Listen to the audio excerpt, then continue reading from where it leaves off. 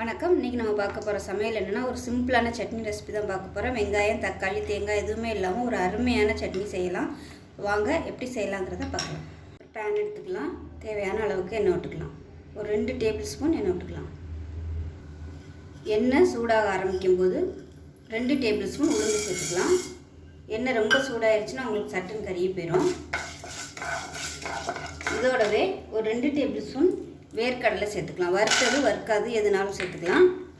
ஆனால் நம்ம திருப்பி வறுக்கத்தான் போகிறோம், அதனால் பச்சையாக இருந்தாலும் ஒன்றும் பிரச்சனை இல்லை. இது நல்லா சிவந்து வரட்டும். இப்போ இதில் ஒரு 6 பல் பூண்டை சேர்த்துக்கலாம். இதையும் சேர்த்து நல்லா வதக்கி விட்டுக்கலாம். இதோட 2 டேபிள் ஸ்பூன் பொட்டுக்கடலையும் சேர்த்துக்கலாம். பூண்டு நல்லா வதங்கினதும் 1 டேபிள் ஸ்பூன் காரத்துக்கு ஏற்ற மாதிரி மிளகாத்தூள் சேர்த்துக்கலாம். இதையும் சேர்த்து வதக்கி விட்டுக்கலாம். இப்போ இதில் சின்ன நெல்லிக்காய் சைஸுக்கு புளி பார்த்திங்கன்னா ஒரு 1/4 டம்ளர் தண்ணியில் கரைச்சி சேர்த்துக்கலாம். இந்த புளி தண்ணியில் இந்த வேர்க்கடலை உளுந்து எல்லாமே நல்லா வேகணும். வெந்து தண்ணி அப்படியே ட்ரை ஆகி வரும். அந்த சமயம் நம்ம அமர்த்திடலாம். இப்போ பார்த்திங்கன்னா நல்லா சுருண்டு வந்துருச்சு. இந்த தண்ணியிலே அந்த மிளகாத்தூளோட பச்சை வாசனை எல்லாமே போயிடும். அமர்த்திடலாம். அமர்த்திட்டு ஆற விட்டுட்டு நல்லா நைஸாக அரைச்சிக்கலாம். நல்லா தண்ணியாகவே தண்ணி நிறைய ஊற்றி நல்லா தண்ணியாகவே அரைச்சிக்கலாம். அப்போ தான் நல்லாயிருக்கும். இப்போ பாருங்கள் நல்லா ஆறிடுச்சு. மிக்ஸி ஜாரில் சேர்த்துட்டேன். இதில் ஒரு 1/4 டேபிள் ஸ்பூன் அளவுக்கு கல்லுப்பு சேர்த்துக்கலாம். சேர்த்துட்டு தண்ணி ஊற்றிட்டு நல்லா நைஸாக அரைச்சிக்கலாம். இப்போ பாருங்கள் சட்னி நல்லா நைஸாக அரைச்சாச்சு.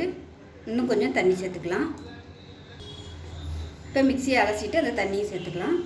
ஸோ உங்களுக்கு எந்த அளவுக்கு தண்ணியாக வேணுமோ அந்த அளவுக்கு நீங்கள் தண்ணியாக வச்சுக்கலாம். இட்லியாக இருந்துச்சுன்னா நல்லா தண்ணியாகவே வச்சுக்கோங்க. தோசைன்னா கொஞ்சம் கெட்டியாக வச்சுக்கோங்க. நான் இட்லி தான் ஊற்ற போகிறேன், அதனால் நல்லா தண்ணியாகவே வச்சுருக்கேன். ஒரு பேன் வச்சுக்கலாம்.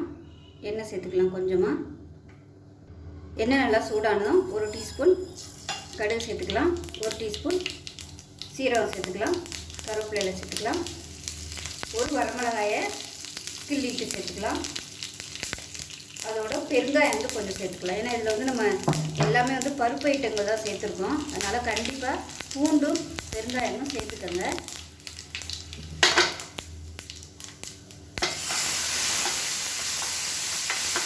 நான் கட்டி பெருங்காயம் தான் சேர்த்துருக்கேன். அதுதான் நல்ல வாசனையாக இருக்கும். அவ்வளோதான். இதை எடுத்து நம்ம சட்னியில் கொட்டிடுவோம். இப்போ பாருங்கள் அருமையான தேங்காய், தக்காளி, வெங்காயம் எதுவுமே இல்லாமல் ஒரு சூப்பரான சட்னி ரெடி ஆயிடுச்சு. உப்பு நான் அரைக்கையில் சேர்த்துருக்கேன். பத்தலைன்னா சேர்த்துக்கலாம். அவ்வளோதான். சூப்பரான இட்லி தோசைக்கு அருமையான சட்னி ரெடி ஆயிடுச்சு. ஸோ இதே மாதிரியே செஞ்சு பாருங்கள். செஞ்சு பார்த்துட்டு எப்படி வந்துச்சுங்கிறத சொல்லுங்கள். வீடியோ பிடிச்சிச்சின்னா லைக் பண்ணுங்கள், கமெண்ட் பண்ணுங்கள், சேனலை சப்ஸ்கிரைப் பண்ணுங்கள், பக்கத்தில் உள்ள பெல் பட்டனையும் ப்ரெஸ் பண்ணுங்கள். நன்றி.